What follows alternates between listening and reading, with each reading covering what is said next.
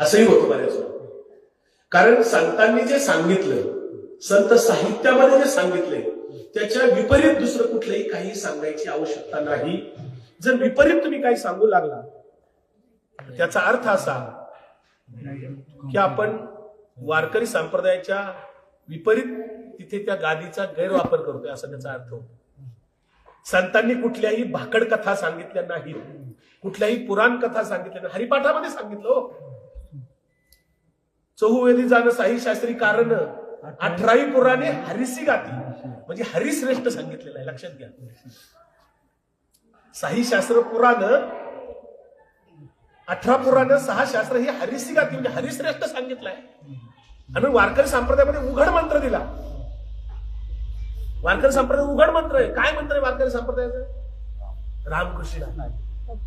हा रामकृष्ण हरी मंत्र कुणीही म्हणा, कुणालाही सांगा, केव्हाही सांगा, कुठेही म्हणा, त्याला काळ वेळ स्थळ कशाचं जातीचं पातीचं कशाचं बंधन नाही. स्त्री पुरुष गरीब श्रीमंत सगळ्या जाती धर्माचे लोक एकमेकांना हा मंत्र म्हणू शकतात, सांगू शकतात.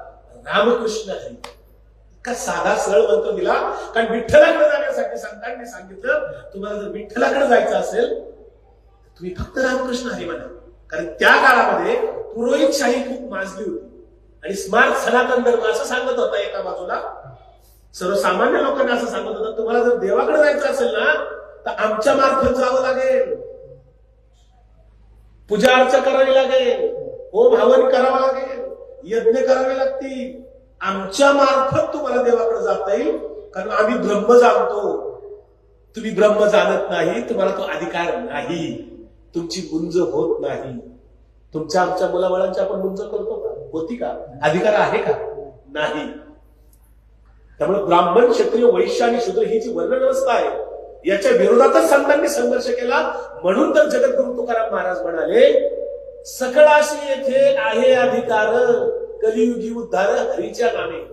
मी जे बोलतोय त्या सगळ्याला प्रमाण आहे, लक्षात घ्या. प्रमाणाशिवाय मी बोलत नाही. संत साहित्यातल्या प्रमाणाशिवाय मी एकही शब्द एकही वाक्य सांगणार नाही.